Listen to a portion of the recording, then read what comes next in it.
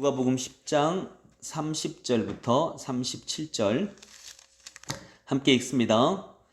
예수께서 대답하여 이르시되 어떤 사람이 예루살렘에서 여리고로 내려가다가 강도를 만나매 강도들이 그 옷을 벗기고 때려 거의 죽인 것을 버리고 갔더라.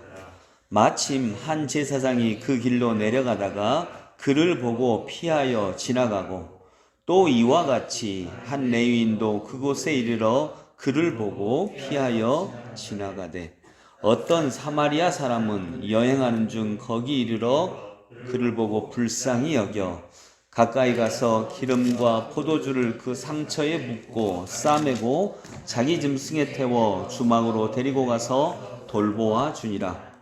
그 이튿날 그가 주막 주인에게 데나리온 둘을 내어주며 이르되 이 사람을 돌보아 주라. 비용이 더 들면 내가 돌아올 때에 갚으리라 하였으니 내 생각에는 이 세 사람 중에 누가 강도 만난 자의 이웃이 되겠느냐. 이르되 자비를 베푼 자니이다. 예수께서 이르시되 가서 너도 이와 같이 하라 하시니라. 아멘. 오늘도 주님과 함께 동행하시는 걸음이 되시기를 바랍니다.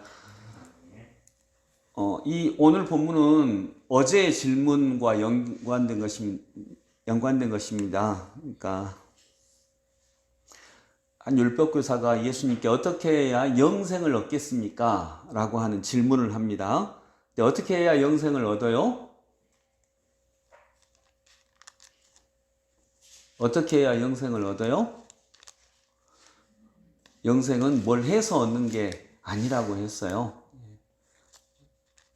자식이 아버지 사랑을 어떻게 해야 얻어요? 아버지 사랑은 얻으려고 노력할 필요가 없습니다. 아버지는 원래 사랑하시니까요. 어떻게 해야 잠이 와요? 그냥 잠이 와요. 잠은 노력해서 오게 하는 게 아니에요. 그냥 와요. 하나님의 사랑은 그냥 세상 속에 쏟아지고 있고 하나님의 사랑은 우리의 삶 모든 곳에 그냥 있어요. 그래서 이건 질문 자체가 안 되는 겁니다. 뭘 해야 영생을 얻겠습니까? 근데 예수님은 또 대답을 해주시죠. 율법에 뭐라고 기록되어 있느냐. 그리고 이제 어제 그 말씀과 연결이 되면서 그 율법을 지켜라, 사랑하라 라고 했는데 이웃을 사랑해야 된다. 그때 율법교사가 질문하죠. 그럼 누가 내 이웃입니까? 내 이웃이 누구입니까? 이렇게 질문하는 거에 대해서 예수님이 예화를 들어주신 것입니다. 이건 실제 있었던 일이 아니고요. 이런 사람이 너의 이웃이다. 30절 예수께서 대답하여 이르시되 어떤 사람이 예루살렘에서 여리고로 내려가다가 강도를 만나매 강도들이 그 옷을 벗기고 때려 거의 죽은 것을 버리고 갔더라. 우리도 이렇게 인생 살아가다가 강도를 만날 때와 같은 그런 때가 있죠. 잘못한 거 없는데 강도를 만난 때와 같이 정말 어려움을 당할 때가 있습니다. 건강이라고 하는 강도를 만나고 또 때로는 경제적인 면에서 또 때로는 어떤 관계와 이 인생을 살아가는 면에 있어서 강도를 만날 때가 있습니다. 31절에 마침 한 제사장이 그 길로 내려가다가 그를 보고 피하여 지나가고 또 이와 같이 한 레위인도 그곳에 이르러 그를 보고 피하여 지나가되 마침은 하나님께서 마침 그 길로 가게 하신 거예요. 하나님의 뜻이 있는 거죠. 근데 이 사람은 피합니다. 그 사람을 피한 것만, 강도 만난 사람을 피한 것만이 아니라 마침 그 길을 걷게 하신 하나님의 뜻을 피하게 하신 거죠. 그리고 레위인도, 제사장은요 지금으로 말하면 목사님이라고 생각해도 됩니다. 한 목사님이 그 길로 지나가다가 피하여 지나갑니다. 마침 하나님이 그 길을 지나가게 하셨는데 32절에 또 이와 같이 레위인은 요즘으로 따지면 교인입니다. 교인 중에서도 상급 교인. 여기는 권사님 되겠네요. 네, 권사님 당점이에요. 네, 이제 한 권사님도 그곳에 이르러 그를 보고 피하여 지나가되 피합니다. 마침 하나님이 걷게 하신 뜻이 있는데 피하게 하십니다. 저희들도 피할 때가 많이 있죠. 복을 받게, 복 받는데 관심이 너무 집중되면 마침 하나님께서 그 길로 지나가게 하신 것도 못 볼 수 있고요. 마침 하나님께서 주신 명령도 못 볼 수 있습니다. 그래서 피합니다. 이 두 사람의 공통점은 피해갑니다. 피해가는 거죠. 33절 4절 같이 읽습니다. 어떤 사마리아 사람은 여행하는 중 거기 이르러 그를 보고 불쌍히 여겨 가까이 가서 기름과 포도주를 그 상처에 붓고 싸매고 자기 짐승에 태워 주막으로 데리고 가서 돌보아 주니라. 아멘. 어떤 사마리아 사람은, 여러분, 기독교를 이끌어가는 것이 무슨 교단 총회장님, 목사님, 권사님, 장로님 이런 분이라고 생각하실 필요가 없습니다. 비록 예화지만 예수님의 말씀에도 나와 있습니다. 어떤 사마리아 사람은, 여기 사마리아 사람은 요즘으로 말하면 교회 안 다니는 사람이에요. 비신자예요, 비신자. 어떤 사람이 여행하는 중 거기 이르러 그를 보고 불쌍히 여겨. 불쌍히 여김입니다. 그런 마음이 있습니다. 이웃은 어떤 사람이냐면 불쌍히 여기는 거예요. 여러분, 그래서 딱히 보면요, 아내를 사랑하려면 아내가 어느 날부터 불쌍히 여겨져야 되는 것 같아요. 짠하게 생각이 되고 불쌍하게 여겨지고 그런 나쁜 의미의 불쌍이 아니라 그냥 안타깝게 여겨지는 거죠. 나를 만나서 나와 함께 살면서 애쓰고 고생하고 이게 이제 불쌍히 여겨집니다. 그런 불쌍히 여김이 있어야 우리는 이웃이 될 수 있다고 봐요. 그래서 여러분, 부부시간에도 사랑하면서 살아가기 위해서 느껴야 될 첫 번째 감정은 사랑의 감정이 아니라 미안한 감정이라고 했죠. 미안한 감정이 나와야 먼저 우리는 사랑할 수 있어요. 근데 여기 어떤 사마리아 사람, 여러분 어떤 사람, 이 어떤 사람을 꼭 여러분이 그 어떤 사람이 되셨으면 좋겠습니다. 예수님께서 십자가에 못 박히시기 전에 제자들을 보내셔서 이렇게 말씀하십니다. 성목요일날 십자가에 못 박히시기 그 전날, 그리고 종려주일에 예루살렘으로 올라가시면서 제자들에게 말합니다. 너희들 저기 저 동네에 가서 내가 예루살렘으로 들어갈 나귀 한 마리를 끌고 와라. 근데 그 나귀 한 마리를 끌고 오라고 했어요. 근데 그렇게 말씀하시면서 뭐라고 하시냐면, 그러면 어떤 사람이 당신들 뭐 하는 거냐? 라고 얘기할 거다. 그럴 때 주가 쓰시겠다 하라. 그러면 그가 아무 말도 하지 않고 내어주리라. 그때 어떤 사람이에요?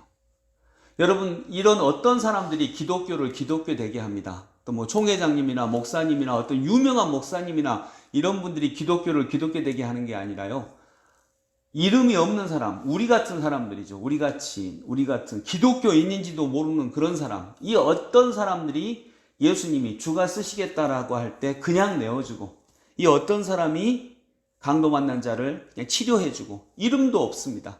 이 어떤 사람이 기독교를 기독교 되게 합니다.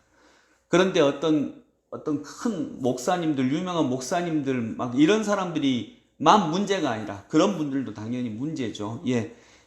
요즘 기독교가 문제가 되는 것은 그런 분들만이 아니라 실은 이름 없는 이 어떤 사람들이 피하여 지나가는 이런 일들이 벌어지는 것입니다. 우리도 동일합니다. 그랬을 때 이웃을 불쌍히 여기는 마음이 없어지고, 그리하였을 때, 그리고 그냥 신앙생활을 하는 게 복 받는 거에만 머무를 때 기독교는 하나님의 뜻에서 벗어나는 거죠. 여기도 그 어떤입니다. 여러분이 이름 없는 그 어떤 기독교인들인데, 그런 어떤 사람들이 모여가지고 우리는 예수님의 걸음이 된다라고 하는 것을 기억하기를 원합니다. 그래서 오늘은 저는 이 어떤이라고 하는 이 단어에 조금 머물러 있었습니다. 어떤 사마리아 사람은 여행하는 중 거기 이르러 그를 보고 불쌍히 여겨 가까이 가서, 이게 이제 다른 점입니다. 아까 두 사람은요 피하여 지나갔습니다. 근데 이 사람은 가까이 갑니다. 가까이 가서 기름과 포도주를 그 상처에 붓고 싸매고 자기 짐승에 태워 주막으로 데리고 가서 돌보아 주니라. 돌봐주는 거죠. 돌보아 줍니다. 그 이튿날 그가 주막 주인에게 데나리온 2를 내어주며 이르되 이 사람을 돌보아 주라. 비용이 더 들면 내가 돌아올 때에 갚으리라 하였으니 너의 생각에는 이 세 사람 중에 누가 강도 만난 자의 이웃이 되겠느냐? 누가 강도 만난 자의 이웃입니까? 자비를 베푼 자입니다. 그러니까 너의 이웃을 내 몸과 같이 사랑하라 이렇게 하셨는데 이 세상이 강도를 만났어요. 근데 아무도 이 강도 만난 세상을 돌보아 주지 않고 자기 먹을 것만 챙겨요.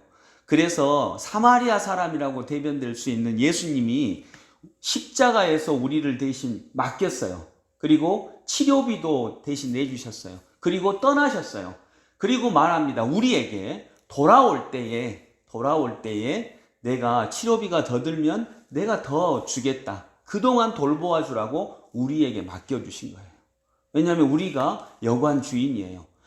예수님은 창세기에서 우리 그리스도인들에게 말씀하셨죠. 또 인간에게 말씀하셨죠.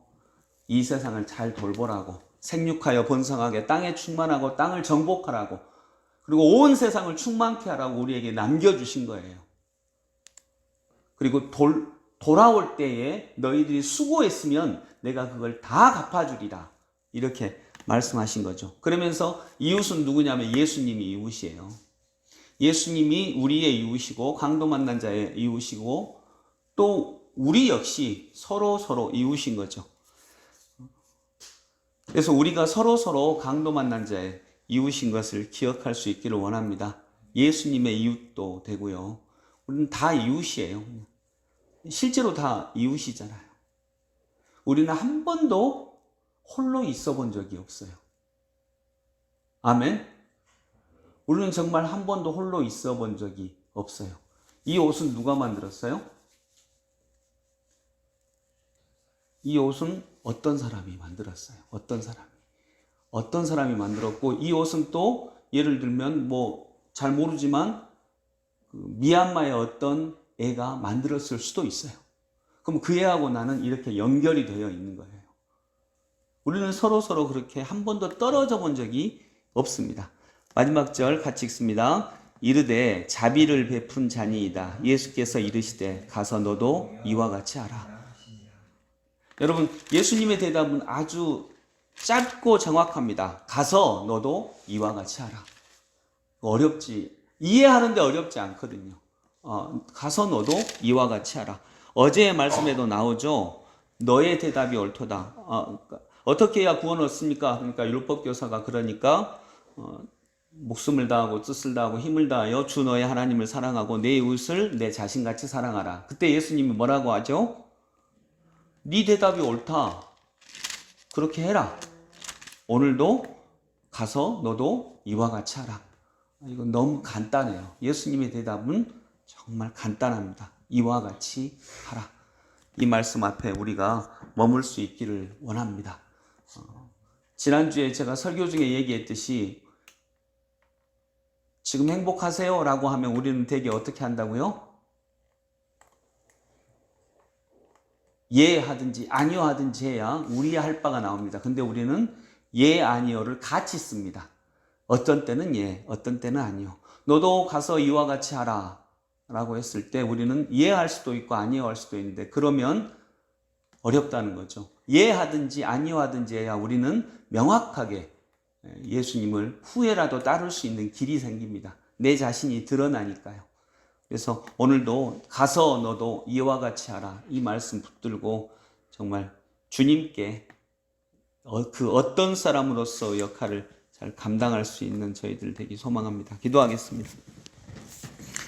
고맙고 감사하신 주님, 가서 너도 이와 같이 하라 하신 주의 음성 잘 듣게 하여 주시옵소서. 예수님은 너무나 간단하게 말씀하십니다. 가서 그렇게 해라. 가서 너도 그렇게 해라. 오늘도 저희들이 세상으로 가서 그렇게 할 수 있는, 그렇게 세상의 이웃이 될 수 있는, 강도 만난 자의 이웃이 될 수 있는 하나님의 사람들 되게 하여 주옵소서. 예수님의 이름으로 기도드립니다. 아멘.